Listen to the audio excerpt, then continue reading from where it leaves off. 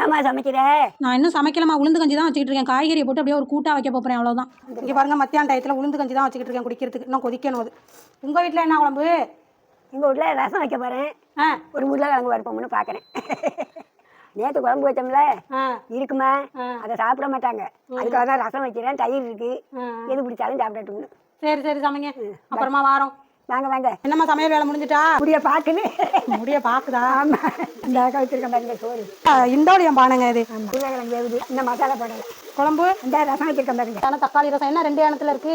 நீர் பிடிச்சிருக்கு. நீல ஆமாம், நீ ஊற்றி சாப்பிடுவேன்னு கொஞ்சம் எடுத்து வச்சேன். நான் வந்து காய்கறி எல்லாம் போட்டு ஒரு கூட்டா வச்சுட்டேம்மா. அதே போட்டு சாப்பிட்டுக்கலாம். மோர் வேற இருக்கு. அப்புறம் வத்தல் கொஞ்சம் வறுத்துக்கிட்டு அவ்வளோதான். கரண்டி எல்லாம் எந்த கிடக்காது இல்லை. ஆட்டத்தலை போடுவேன். இதுதான் உருளைக்கிழங்கு வறுவல்.